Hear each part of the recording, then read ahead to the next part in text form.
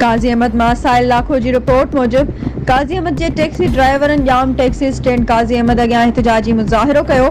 जाम taxi stand जे सदर सुधीर राहू, लखाड़िनो भट्टी, मोहम्मद हनीफ कोलाची, आशिक लाखो, नदीम माछी मीडिया सां ॻाल्हाईंदे चयो त काज़ी अहमद शहर में अलहरम CNG स्टेशन CNG जा गाटे तोड़ अघ लगायो वेठा आहिनि।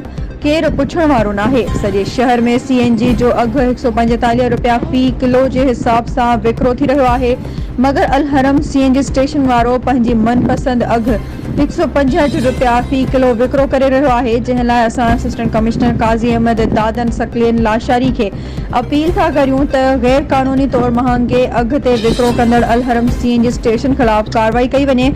ॿी सूरत में सख़्त एहतिजाज कयो वेंदो।